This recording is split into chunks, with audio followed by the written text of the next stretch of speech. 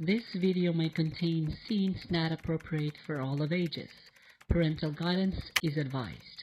In some part of the video, I may speak Bisaya, my dialect, Tagalog, the national language, and English, which is the international language. This is to accommodate the vast majority of the audience around the globe. Char! Hello guys, welcome to another video. BhoyVizhaya here. Today is the 25th of January. As I've promised, I'm going to give you guys my final update and review regarding this product because I started using this on December the 25th and today is the 25th of January. So pinangako ko na isang buwan, magbibigay ko ng update sa produktong ito if this product is effective for me and is worth buying. So without further ado, let's check and see the result of this product. BhoyVizhaya! Okay, so the product is the ALI MINOXIDil topical solution 5%. Ginamit ko siya para bang patubo ng aking balbas. Nagsimula akong gamitin to December 25th and isang buwan. I think it's enough to see if there's any result sa produkto ito sa paggamit ko sa isang buwan. So, hindi ko pa siya naubos. May natitira pa siya hanggang dito. And ginamit ko siya dito sa dito banda, dito, at saka dito, as you can see, kumapal nga yung aking balbas. Hindi siya gaanong makapal kasi force naman.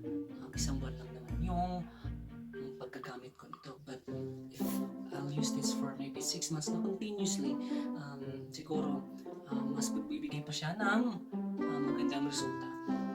One thing I didn't like this product lang, I'm not sure kasi sa ALI MINOXIDil, hindi naman ako masyadong nangangati, pero dito masyadong nangangati yung ano ko, taka nagbabakbak yung dito. Hindi mo lang siya masyadong makikita, no? Pero dito sa akin, lagi akong nangangati and then nagda-dry yung skin ko.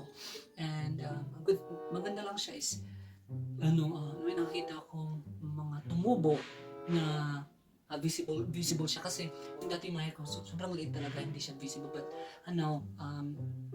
pinapahaba niya, pinapakapal niya, though it's not hindi siya visible kasi of course na isang buwan yung pagkagamit ko. I guess wala masyadong difference kumpara sa Kirkland kasi brand lang naman ang pinagkaiba na ito is pareho lang na sila ng content. Ang minoxidil 5% solution sa Kirkland is the same lang naman.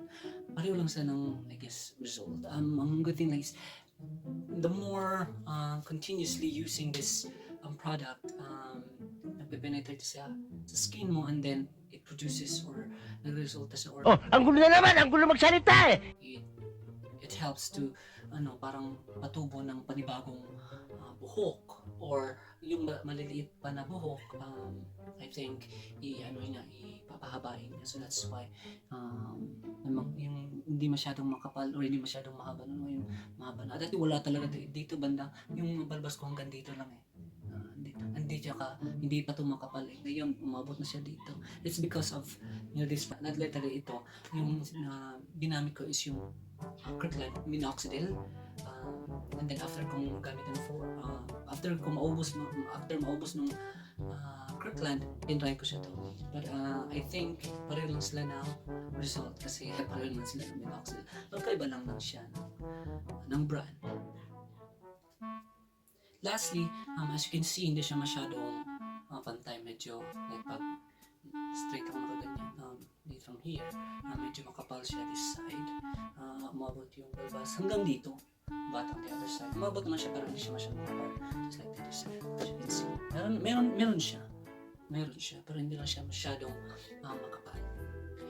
So I guess that's all for this video. Thank you guys for watching. If you had any question, suggestion, violent reaction, or whatever you wanted to say, just comment down below. And please don't forget to help me and click everything na pwede mong i-click dyan and share this video. So thank you guys. Once again, BhoyVizhaya here, and you guys have a wonderful day. Thank you guys for watching. Bye bye.